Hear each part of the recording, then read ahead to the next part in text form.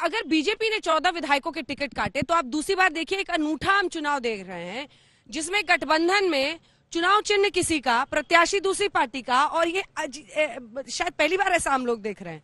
नहीं, मेरे ख्याल से पहली बार नहीं है। मैंने और चुनावों में भी ऐसा देखा है, चाहे 1-2 सीट पे हुआ है, अगर नहीं कहीं ज्यादा नहीं हुआ है हाँ, ज्यादा नहीं हुआ है, लेकिन हुआ है, मगर एक अनोखी बात नहीं है।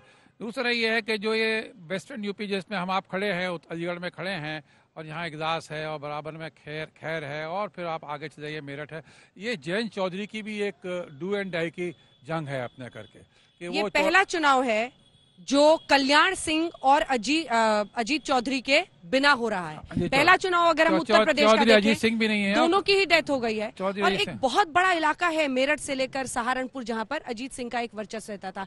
क्या वो वोट ट्रांसलेट होगा? क्या जयंत जमीन से जुड़े होने की इमेज बना पाए हैं? मैं तो सीधा पूछ रही हूँ आपसे। आपकी बात का मैं सीधे ही जवाब दूंगा कि मैंने ये देखा कि जयंत ने मेहनत बहुत करी है, और वो उस जो किसान आंदोलन का भी उनको लाभ पहुंच रहा है अपने करके, और बहुत सी सीटें ऐसी हैं जैसे शामली है जहां से उनका गढ़ माना जाता है। अब उन्होंने कौकब हमीद के बेटे को टिकट दिया है, मैं जानता हूं, तो वो कोशिश तो इसमें लगे है कि जो जाटों का और मुसलमानों का गठबंधन पुराना चला आ रहा था उसको वो जोड़ के दोबारा अपनी साख को कायम कर सकें। चौधरी अजीत सिंह वो नहीं कर पाए, आपने कल्याण सिंह का नाम दिया। कल्याण सिंह ने अपने जोधा राजपूत का जो उनकी बिरादरी थी उसमें उन्होंने अपना बड़ा साख बना के रखी, उनकी भी बहुत साख थी। अपने बेटे को MP बनाया, अपने पोते को मंत्री बनाया, MLA बनाया, तो उनकी साख थी, और भारत सरकार ने उस साख को मानते हुए उनको पद्म विभूषण भी सम्मानित कर दिया उनको अपने करके। तो भारत सरकार ने भी उनकी साख को और उनकी इलेक्शन में क्या यूटिलिटी हो सकती है उसका पूरा ख्याल रखा है अपना करके। लेकिन ये पश्चिमी उत्तर प्रदेश है, याद रखिएगा 1971 में चौधरी चरण सिंह खुद मुजफ्फरनगर से चुनावी मैदान में उतरे थे और उनको हार का सामना करना पड़ा था। बाद में वो 77 में फिर बागपत से जाकर लड़े और वहां पर उनको जीत मिली। तो ये किस तरफ जाएंगे, यहाँ पर मतदाता बहुत आसान नहीं होता है, किस तरफ फिर जाएं इस पर भी नजर रहती है। लेकिन वोटिंग प्रतिशत आ गया है, जल्दी से आपको बता दें 11 बजे तक के आंकड़े आ गए हैं। नोएडा में 15%, दादरी में 20%, जेवर में 22.7%, कुल 18.43% 11 बजे तक वोट हुआ है।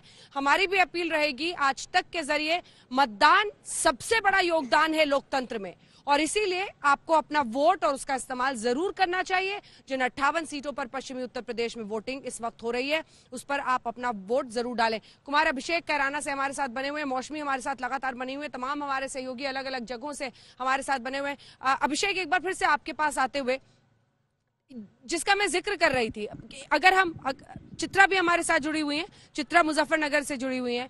पोस्ट कल्याण सिंह, पोस्ट अजीत सिंह एक चुनाव है, दो दिग्गज नेता, दोनों ही धुरी की अलग अलग तरफ खड़े, और दोनों का देहांत, और उसके बाद ये चुनाव भी। लेकिन पश्चिमी उत्तर प्रदेश में अमित शाह के लिए भी ये बहुत बड़ी जंग है, क्योंकि उनकी रणनीति पर ही पार्टी चल रही है जाट नेताओं के साथ। उन्होंने भी बहुत बड़ी बैठक दिल्ली में की थी। तो अगर हम देखें तो अपने आप में ये चुनाव 2024 के पहले पूरा रोड मैप तैयार करेगा।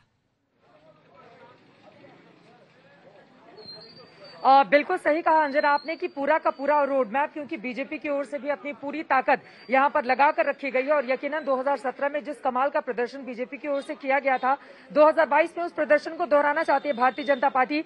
आपको बताते चले कि जिस जगह पर मेरी मौजूदगी है, जिस पोलिंग बूथ पर, ये पूरा का पूरा इलाका जाट बहुल है, और यकीनन जाटों को लुभाने के लिए कोई कोर कसर दोनों ही पार्टियां, चाहे बीजेपी हो चाहे फिर समाजवादी पार्टी RLD गठबंधन हो, वो छोड़ना नहीं चाहती। लेकिन राकेश टिकैत अक्सर आज तक के जरिए अपनी बातचीत जनता के सामने रखते हैं, वो वोट डालने के लिए पहुंचे हुए हैं, जरा उनसे बातचीत करते हैं। हिमांशु, आप जरा सामने आइए। राकेश टिकैत जी, सीधा सी सवाल आपसे ये है, आप यहाँ पर पूरे परिवार के साथ, मैं पहले परिचय करा दूं, ये उनकी मिसेज हैं राकेश टिकैत जी की, ये बहू बेटे सबके साथ यहाँ पर परिवार के साथ पहुंचे हुए हैं। क्या है मुद्दा आज जेहन में? मुद्दा कहाँ है, ये तो वोट देखा रहे, मुद्दे थोड़ा आज तो वोट डालेंगे, दिमाग में तो मुद्दा। हाँ, दिमाग में मुद्दे हैं।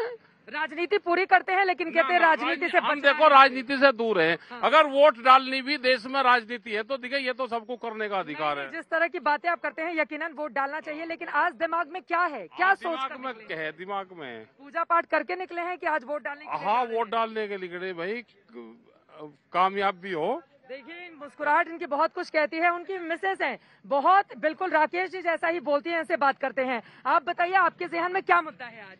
मुद्दे ही मुद्दे हैं। सबसे बड़ा मुद्दा क्या है? सबसे बड़े मुद्दे महंगाई है। गैस का सिलेंडर पता ही नहीं चला 310,000 का कैसे हो गया।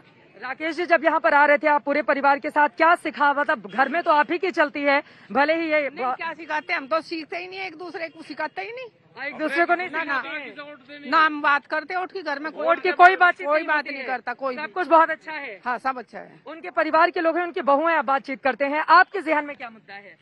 जहन में इतने मुद्दे हैं। अब 13 महीने किसान सड़क पे पड़ा रहा है। सबसे बड़ा मुद्दा तो यही है, सबसे बड़ा। और उसके बाद ये देख लो हॉस्पिटल कहाँ है, बच्चे घर में बैठे हैं, सब कुछ बेकार हो चुका है। ये सारे मुद्दे रख के तब वोट होगी। आप बताइए, आपके जहन में क्या मुद्दा है? बेरोजगारी, हॉस्पिटल, बेरोजगारी सबसे बड़ा मुद्दा। पूरे परिवार के साथ देखिए, उनकी पत्नी है साथ में, उनकी ग्रैंड डॉटर हैं, यहाँ पर राकेश टिकैत जी हैं, और अब यहाँ पर वोट डालने के लिए अंदर की ओर जाते हुए यकीनन राकेश टिकैत के लिए भी मुजफ्फरनगर चूंकि एक बड़े चैलेंज के तौर पर उतरा है, और यकीनन इनकी चौधराहट तभी दिखेगी।